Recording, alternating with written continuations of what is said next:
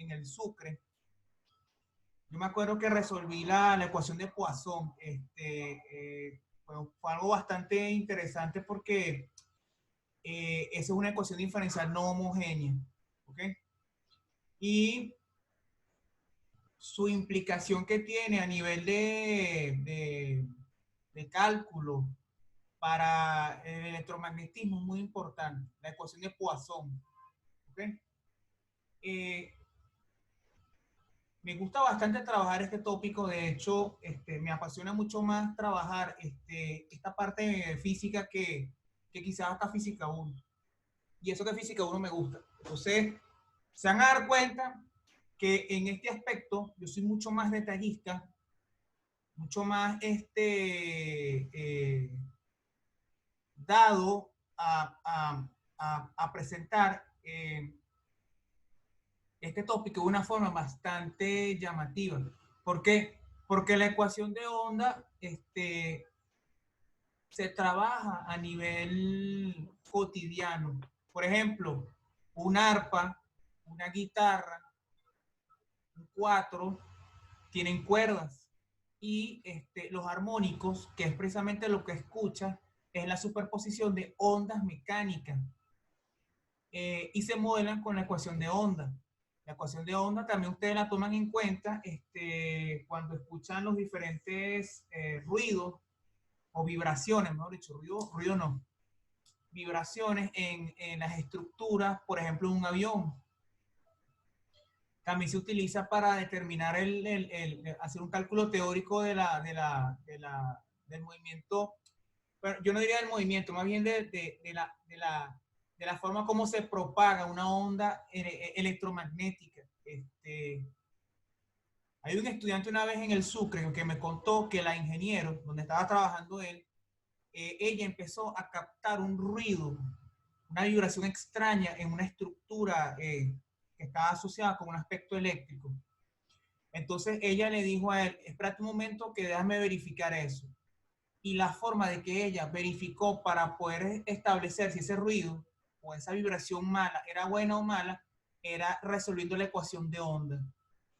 Eso quiere decir que esa anécdota que me contó ese muchacho estaba acorde con la situación que yo estaba trabajando en ese momento. ¿Qué quiere decir eso? Y con esto concluyo y empezamos la sesión. Que es mentira que, que alguien cuando te pregunta en dónde yo utilizar la matemática en la vida cotidiana, entonces esa pregunta no es válida. Y nunca ha sido válida. Y también en dónde yo veo la física. ¿Para qué me interesa física? Eso también, también es inválido. Porque si no fuera por la física, ustedes no me podrían escuchar, ustedes no me podrían ver, ustedes no podrían explicar por qué no salimos disparados hacia el Sol, producto de la atracción entre los dos planetas, entre los dos cuerpos celestes. Y la matemática obviamente es importantísima, porque sin la matemática yo no pude haber desarrollado la ecuación de onda, que es la que me permite desarrollar los equipos y los dispositivos electrónicos. Los aviones tampoco volarían. Entonces, hay que quitarnos esa idea de que los cursos elementales como física y matemática no se deben tomar en cuenta. Química también, a pesar de todo, porque hay situaciones, o sea, ustedes tienen que ver un curso de seguridad industrial. Evidentemente, tú no puedes transportar ciertos materiales, sobre todo químicos, en un avión, en un barco. Y si los transportas, primero es bajo tu riesgo o segundo es tener unas normas de seguridad bastante altas. Y eso no se los tengo que comentar porque eso ya lo tuvieron que haber visto. Entonces, eh, esta motivación es para que no vean esto simplemente como un aspecto aislado. Es algo muy importante. Y les comento algo, nosotros tenemos un privilegio de ver algo más cercano a la realidad, a la naturaleza, que los que están estudiando las carreras administrativas. Porque los que estudian carrera administrativa es una cosa que cualquiera puede estudiar. Y no tienen esa capacidad de poder preguntarse, por ejemplo, por qué sé yo, efectivo no puede ir en cuentas por pagar. o en el debe o en el haber. Depende de la forma como lo gastan. Si es un ingreso efectivo, iría en el debe, en el debe. Y en el haber sería si fuera una deuda. Cuando estás gastando algo, pues. Pero es eso, pues. Fíjense,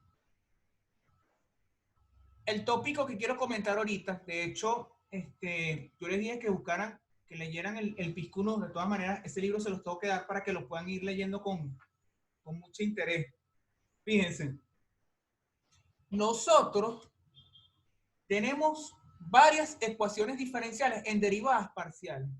Por ejemplo, vamos a trabajar una que está aquí, que es la que ustedes pueden ver en los libros, fíjense, la ecuación de onda.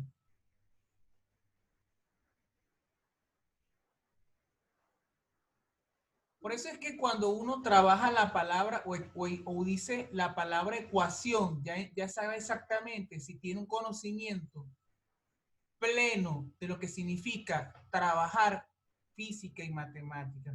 Porque esto que está acá no se conoce como fórmula de onda. Entonces, es algo muy parecido a lo que yo comento siempre, que aquí en Venezuela, la mayoría de las personas lo que saben es manejar, no conducir. Y muchos piensan que manejar y conducir son sinónimos. Eso es mentira. Y fórmula y ecuación no son sinónimos para nada. Entonces, la ecuación de onda en una dimensión,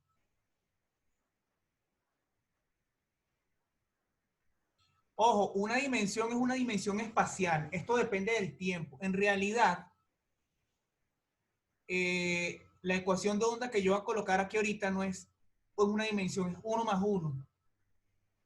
¿Qué significa 1 más 1? Una espacial, o sea, espacial me refiero con X, Y y Z, y la otra coordenada es el tiempo. O sea, cuando ustedes vean en algunos libros, papers o publicaciones en revistas, probablemente ustedes cuando busquen, por ejemplo, ecuación de onda, 1 más 1 le va a aparecer una dimensión espacial y una temporal. Cuando es 2 más 1, serían X y Y, por ejemplo, y el tiempo. Y 3 más 1, que es el caso general, serían X, Y, Z y el tiempo. ¿Ok? En el caso de 1 más 1, la derivada, la ecuación diferencial sería así.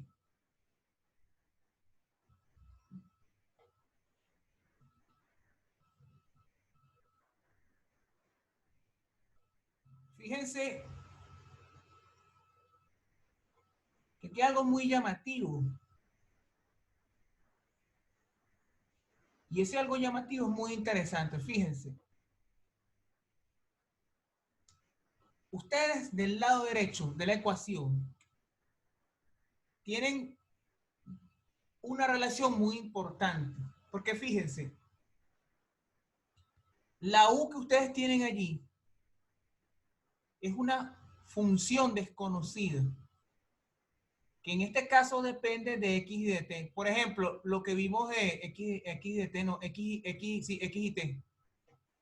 Por ejemplo, la función campo magnético que vimos en el examen anterior y campo magnético, dense cuenta que dependía, por ejemplo, de X y de T. Bueno, eso es un ejemplo fidedigno de, de una función de onda en 1 más 1. Ahora, fíjense que del lado derecho, las unidades que tengas deben ser igual a las unidades que están del lado izquierdo. Observen que del lado izquierdo, ustedes lo que están viendo allí es que si U fuera, por ejemplo, X o Y, entonces ahí tendrían, es la aceleración del problema. Pero en este caso, U es una función que depende de X y de T. Entonces, ¿qué es lo que es curioso acá? Fíjense.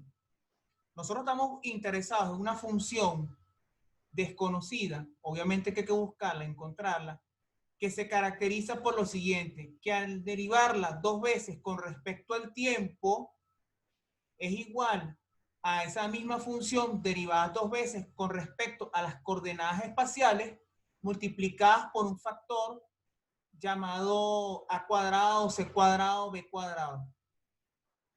Resulta que ese término a cuadrado, b cuadrado, c cuadrado, ya ustedes lo pueden sospechar. Ese es la velocidad. Entonces, el lado derecho de esa ecuación que ustedes tienen allí en una dimensión 1 más 1 significa que la función de onda derivada dos veces respecto a x multiplicado por una constante llamada a o b, que en este caso se entiende como la velocidad de propagación de la onda, es igual a la misma función que estoy interesado en encontrar derivada dos veces con respecto al tiempo. ¿Ok? Entonces, eso es muy importante porque a partir de allí se hacen modelajes interesantes en física. ¿Cuál es otra ecuación que a nosotros nos llama la atención? La ecuación de calor.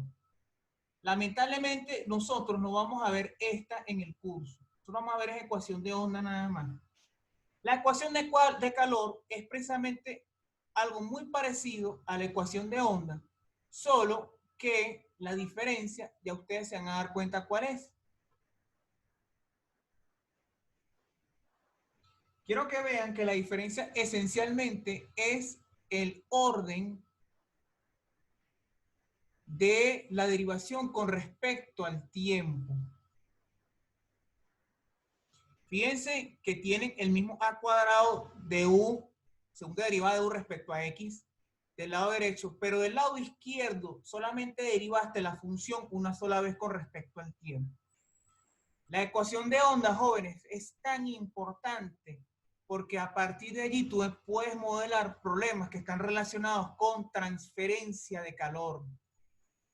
Ahí aparece implícita la ley de Fourier, ahí aparece fenómenos de transferencia de calor, como les dije, ahí aparecen los fenómenos de radiación, convección y conducción. O sea, la ecuación de onda se aplica a nivel práctico en muchos lados.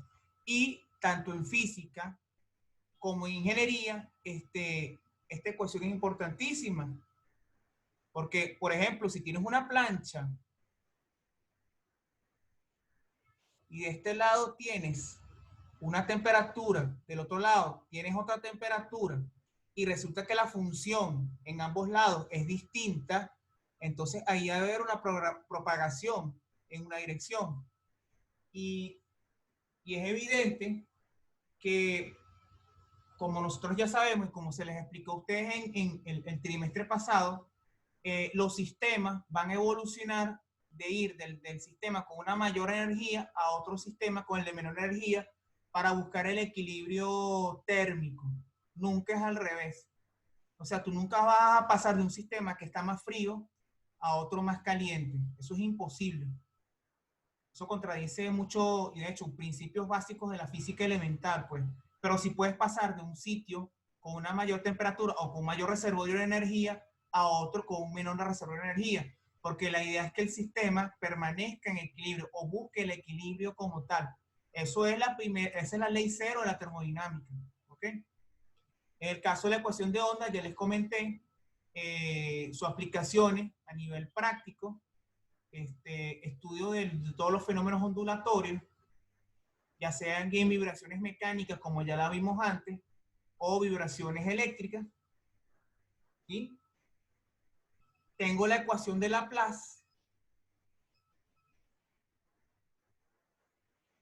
que su utilidad más que todo, bueno, se puede usar en varios lados, se puede utilizar hasta en mecánica de fluidos.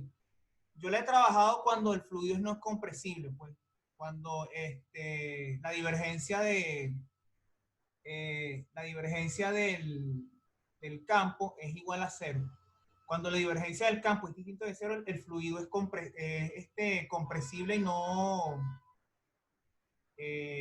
hay que buscar otro método para resolver los problemas. En el caso de la ecuación de Laplace, miren que es así.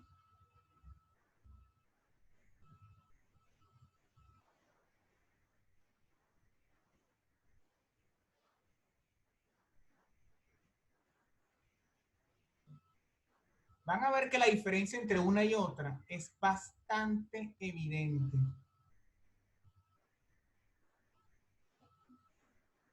Fíjense que tanto la ecuación de onda como la ecuación de calor, la función depende del tiempo y también depende del espacio. En el caso de la ecuación de Laplace no es así. La ecuación de Laplace solamente depende de las coordenadas espaciales. ¿Qué quiere decir eso? Que yo podría tener, por ejemplo, una función que dependa de x, de y y de z. Y tendría entonces que aplicar el operador laplaciano, porque esto es el laplaciano, ojo.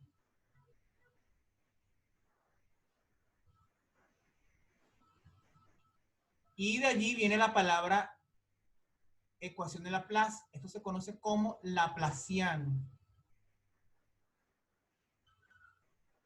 Y dense cuenta que el laplaciano es válido o existe siempre y cuando el operador nabla, que es un operador diferencial de segundo orden, bueno, es un operador diferencial, mejor dicho, pero al elevarlo al cuadrado te da esto.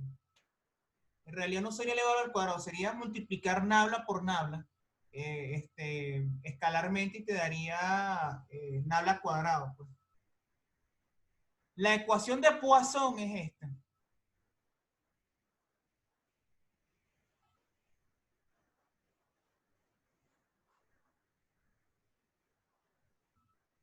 Cuando el laplaciano es distinto de cero, se conoce como la ecuación de Poisson. Y la ecuación de Poisson, muchachos, la trabajamos en física 3. ¿Dónde trabajamos nosotros la ecuación de Poisson en física 3? O algo muy parecido a la ecuación de Poisson en física 3, aquí.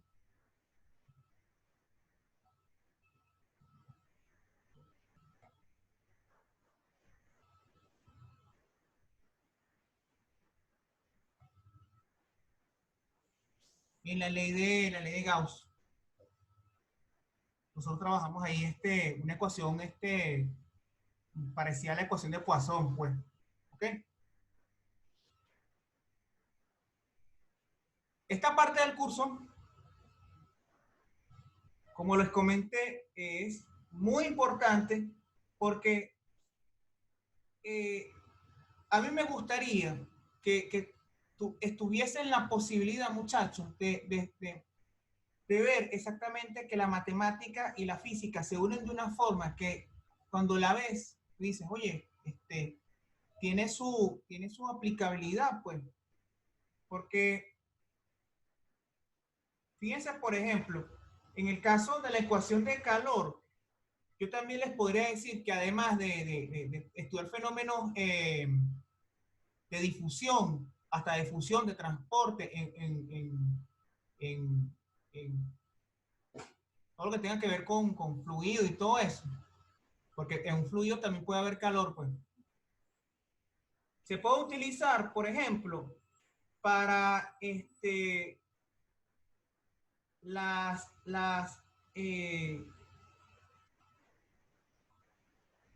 los procesos de propagación de calor en filtración de líquidos y gases en medios porosos. ¿Ok? Por ejemplo, la filtración de petróleo y gas en areniscos subterráneos. Fíjense, eh, lo que trabajan los ingenieros que están en ingenieros petroleros y los que trabajan en geofísica, seguramente tienen que trabajar la ecuación de onda y la ecuación de calor en el estudio de varios fenómenos como métodos gravimétricos, métodos eléctricos y métodos magnéticos, que son los tres métodos que existen para poder hacer estudios de diferentes fenómenos que ellos trabajan en el campo. Entonces, esta forma como ustedes están viendo esta teoría es bastante llamativa, pues.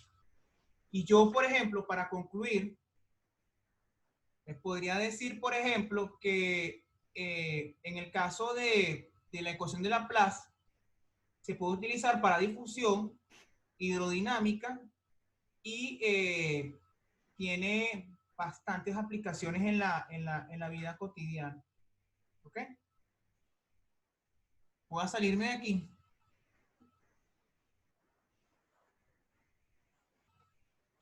Y voy a plantear ahora una situación bastante llamativa.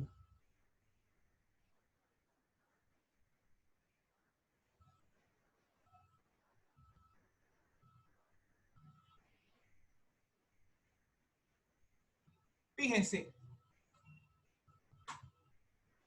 yo tengo una cuerda que está unida a los extremos. Fíjense, los dos extremos están unidos. Aquí tengo un extremo, aquí tengo el otro extremo. El primer extremo está unido, por ejemplo, a x igual a A. Y el primer extremo está unido en x igual a 0. ¿Qué quiere decir esto? Que la distancia que separa a ambas paredes es A. Y a mí me interesa las oscilaciones que provocan cuando yo perturbo esa cuerda con una fuerza o una carga. Le voy a llamar F así. Entonces, como ya vimos, en el caso de la ecuación de onda en una dimensión, dense cuenta que la segunda derivada de una función que desconozco con respecto al tiempo es igual, aquí yo no voy a utilizar la letra A, aquí voy a utilizar la letra C. Y C ya lo puedo interpretar como la velocidad de propagación de la onda en ese medio.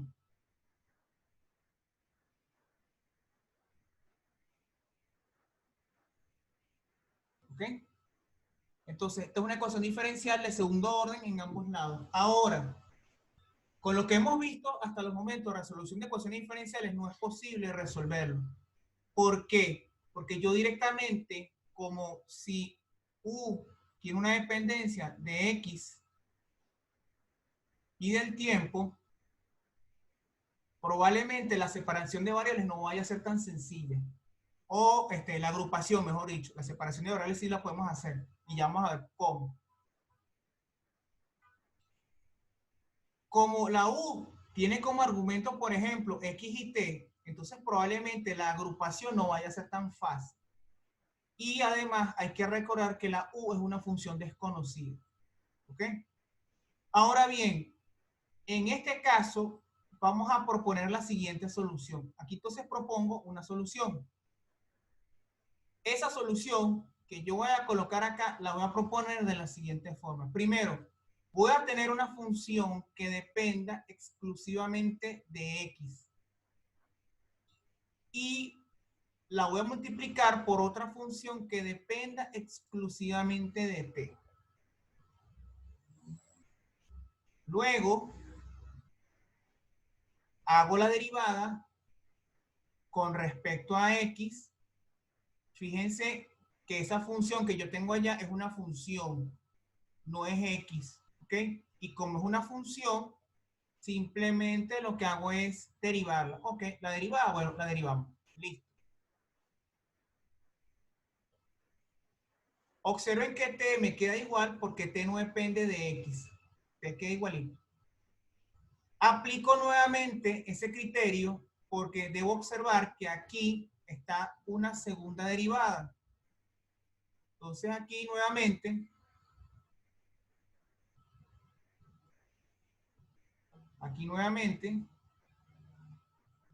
verifico que me va a quedar X prima prima de X TT. Entonces ya tengo el lado derecho de la ecuación. Puedo hacer lo mismo con la coordenada en T, sí. Pero a diferencia de llamarlas primas, porque estoy derivando con respecto al espacio, las derivadas con respecto al tiempo se simbolizan con un punto. Entonces, la cantidad de puntos que tenga la función por encima significa el orden de la derivada. Entonces, en este caso, voy a derivar la función t con respecto a t. Y aquí entonces vendría un punto. Porque la única función que depende de t es la t mayúscula. Ojo, son funciones. No es t sola normal, es t mayúscula porque es una función. Una función que depende exclusivamente de t, al igual que la otra que es una función que depende exclusivamente de x. Yo puedo haber llamado g y f. F depende de x y g depende de t. Ya está. Yo también pude haber hecho usar esa nomenclatura, ¿ok? Dense cuenta que en este caso aplico el mismo criterio.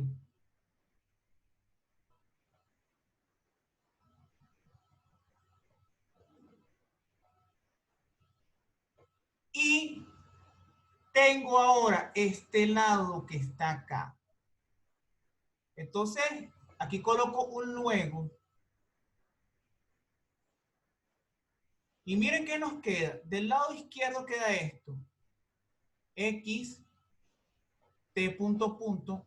Vamos a utilizar aquí economía de símbolos.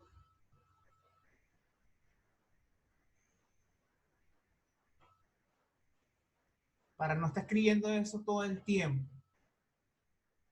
Pues fíjense que es difícil escribir en PowerPoint y bueno, estar arrastrando ese T y ese X como argumento complica más la situación. Pues. Y aquí me queda X' por T. Fíjense que aquí ya tengo una mejor pinta de la ecuación. Sin embargo, no he hecho nada porque simplemente lo que he hecho es sustituir. Ahora, ¿qué pasa si la ecuación que acabo de colocar aquí la divido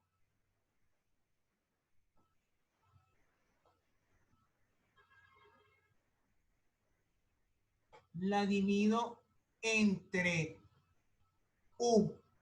Y recordemos que U es X por T. Entonces, si la ecuación anterior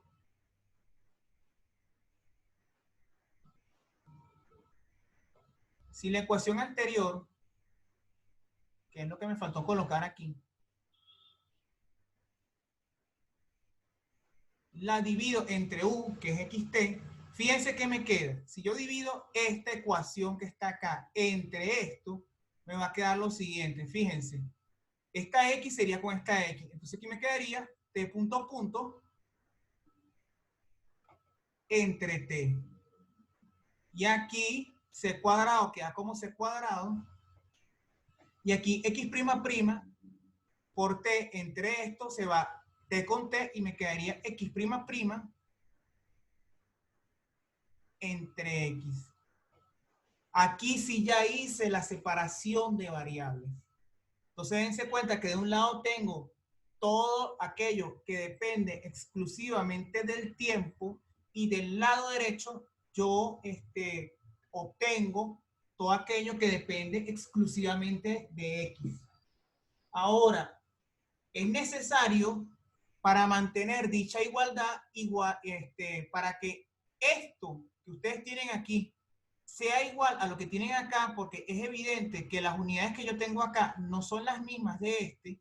Entonces es necesario para que se pueda mantener como válida esta expresión que yo tengo acá, o mejor dicho, uno podría verificar, mejor dicho, que estas unidades son iguales a las de este. Yo debo igualar esto a una constante, y esa constante la voy a llamar lambda cuadrado. ¿Ok? Ya después vamos a ver qué significa lo del signo menos ese que está ahí. Porque esta ecuación tiene 3 soluciones. Y yo voy a trabajar con la imaginaria. Yo les voy a decir por qué las otras dos se descartan en sucesivas clases. Pero yo puedo tener aquí esto igualado a lambda positivo, lambda cuadrado, y también es una solución. Pues. Pero esa no nos interesa por una cuestión de aspecto físico. Más que todo, por matemáticas es perfectamente válida. Pues. Bueno, gracias a esto yo puedo igualar las ecuaciones. Entonces, fíjense que me va a quedar un sistema de ecuaciones con esta característica. Fíjense, T punto punto entre T por lambda cuadrado. Y la despejo.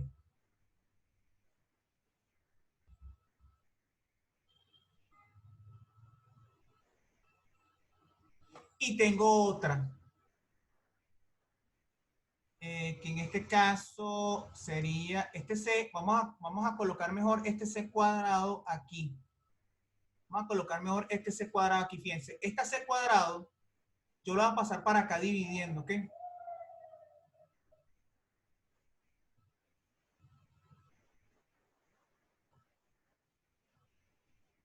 Y ya van a ver por qué lo hago así. Aquí la puedo pasar dividiendo también, pero no importa. De todas maneras, como esto es una constante, si yo paso para acá dividiendo la c cuadrado, la absorbe. O sea, no se preocupen por eso. Pero lo que sí quiero que se den cuenta es que este término que está acá completo lo va a multiplicar a él. Entonces aquí me quedaría lambda cuadrado por c cuadrado por t. Porque de este lado debemos tener la velocidad, porque la velocidad que yo tengo aquí, al multiplicarlo por este y multiplicarlo por este, se me van a ir y me va a quedar precisamente unidades de tiempo. Es por eso que agrupo el c cuadrado de este lado y no de donde está la coordenada espacial, pues. Y aquí nos queda simplemente esto. X'' es igual, fíjense, aquí sería X por lambda cuadrado. Entonces me quedaría menos lambda cuadrado por X. Y dense cuenta que esta solución que yo tengo aquí, tanto de este como de este, ya la vimos antes en los problemas de la clase de ayer y en el problema que vimos en la clase de hoy. Entonces tú podrías decir, oye, pero entonces T, en función del tiempo, oye, entonces debe ser algo así. Entonces debería ser una constante que yo voy a llamar, por ejemplo, C, multiplicada por el coseno de C lambda por T más D seno de C lambda por T. Porque ya lo vimos ayer. Porque esto que ustedes tienen aquí, jóvenes, esto y esto, fíjense, este es más evidente. Porque quiten lambda y pongan omega. X prima prima no era igual a menos omega cuadrado por X. Y ya vimos en el problema anterior que una de las soluciones era con coseno. Entonces, claramente, uno puede ver que ya, gracias a los problemas anteriores, uno puede sacar automáticamente esto. Entonces, esta la llamas así. Esta la llamas A, coseno. Fíjense que aquí me quedaría la raíz cuadrada de esto nada más. Entonces sería lambda por X. Acuérdense que esto que está acá, cuando utilizan el método de los polinomios característicos, cuando lo trabajan, al sacar la raíz cuadrada de esto, porque esta ecuación de segundo orden la puedes escribir como una ecuación de segundo grado. Y cuando sacan la raíz, te da precisamente esto. Fíjense que aquí tengo lambda cuadrado, aquí en el argumento tengo es lambda. Aquí tenía lambda cuadrado, c cuadrado, aquí tengo c por lambda. Entonces, esta que tengo aquí es la raíz cuadrada de esto. Igual que esto que está acá. Más b seno de lambda por x. Entonces, fíjense que esto que está acá, por tanto, me da una solución de la siguiente característica. Entonces, U, que en este caso depende de X y de T, es igual a ¿quién? A multiplicar estos dos por este.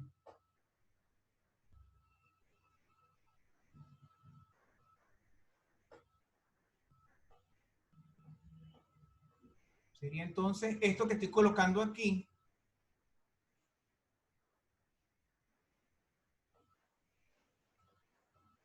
Corchete. Y aquí viene otro corchete.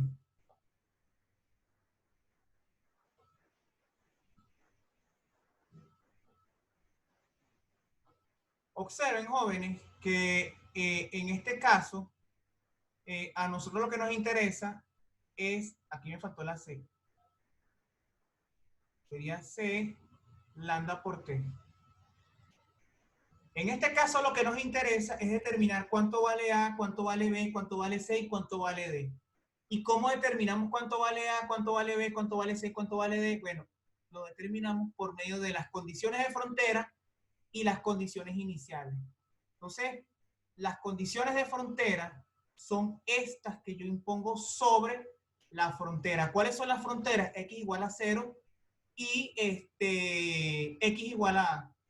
¿Y cuáles son las condiciones iniciales? Bueno, la posición en T igual a 0 y la derivada en t igual a 0. Entonces, ¿cuáles son las condiciones de frontera?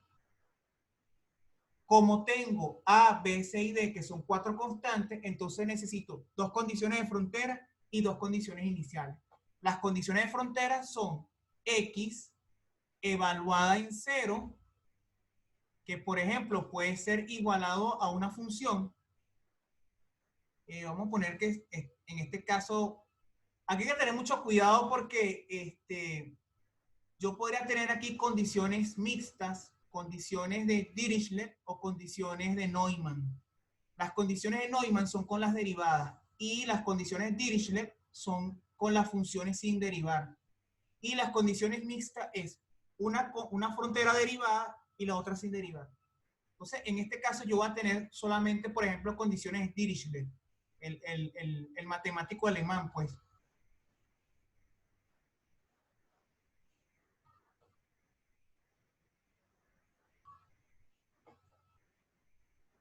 Entonces aquí podría estar igualado a F. X sub A podría estar evaluado a G. Evaluado en G. Esas son las condiciones de frontera porque están aplicadas a los extremos. Y las condiciones iniciales son cuando la función la evalúas, por ejemplo, en t igual a 0, que puedes igualarla, por ejemplo, a una función vamos a llamar fgh.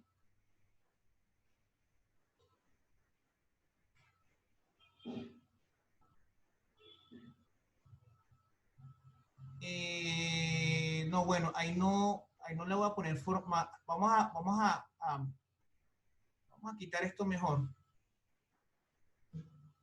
Sí, porque aquí necesito que sean valores numéricos. Olviden eso. Aquí voy a colocar, por ejemplo, A y B. A y B no, vamos a colocar otros números. Vamos a colocar ya no me queda mucho tiempo. En la otra clase termino esto, pero déjenme plantear lo que está acá, ¿ok?